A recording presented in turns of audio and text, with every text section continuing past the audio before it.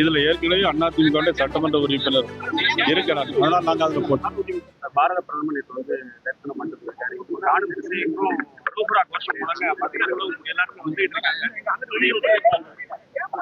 அதாவது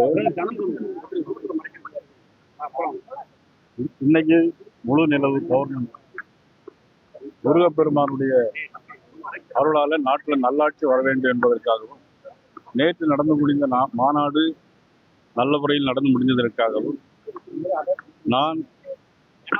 நாங்கள் இந்த கிரிவலத்தை இன்றைக்கு கிரிவலம் வந்திருக்கிறோம். மற்ற பக்தர்கள் ஒவ்வொருவரும் எந்த எண்ணத்தில் வருகிறார்கள் என்று தெரியாது. ஆக ஆன்மீகம் செழித்தோங்க வேண்டும். ஆன்மீகத்திற்கு எதிராக இருப்பவர்கள், சனாதன தர்மத்திற்கு எதிராக இருப்பவர்கள் ஆட்சியில் அகற்றப்பட வேண்டும் என்பதற்காக இந்த கிரிவலம். அது மட்டும் இல்ல, தீபம் ஏற்ற வேண்டும். நீதிமன்ற தீர்ப்பை இந்த அரசாங்கம் அளிக்க வேண்டும். இந்த அரசாங்கத்தின் நிலைமைகள் மக்களுக்கு தெரிய வேண்டும் என்பதற்காக மக்கள்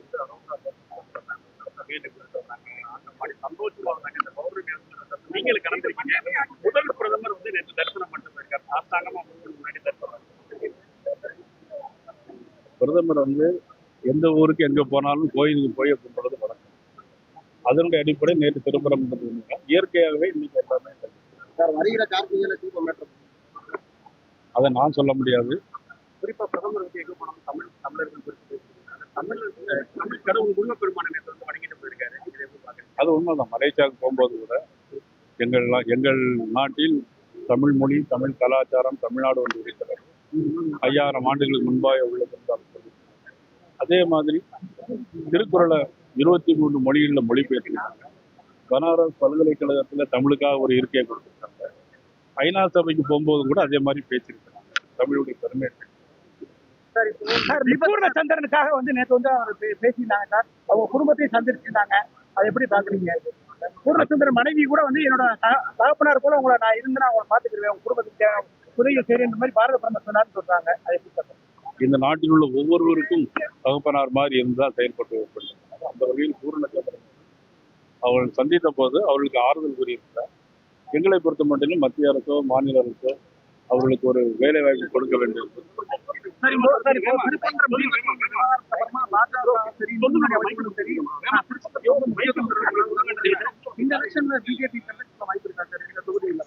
இல்ல, அதை பத்தி நாங்க எதுவுமே கருத்து சொல்ல முடியாது. என்ன, இதுல ஏற்கனவே அதிமுக சட்டமன்ற உறுப்பினர் இருக்கிறாங்க. அதனால நாங்க அதுல போட்டோம்.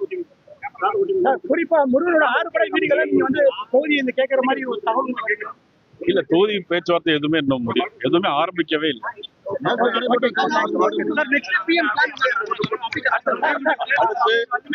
அடுத்து பிரைம் மினிஸ்டர் 11ஆம் தேதி திருச்சியில மாலை 4 மணிக்கெல்லாம் இதே மாதிரி மிகப்பெரிய மாநாடு நடைபெறும். அது தேசிய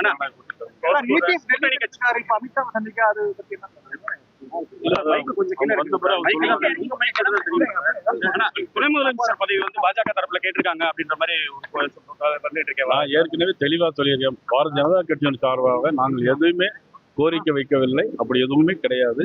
எங்களுக்கு இந்த நாட்டில் திராவிட முன்னேற்ற கழகம் ஆட்சி அகற்றப்பட வேண்டும்.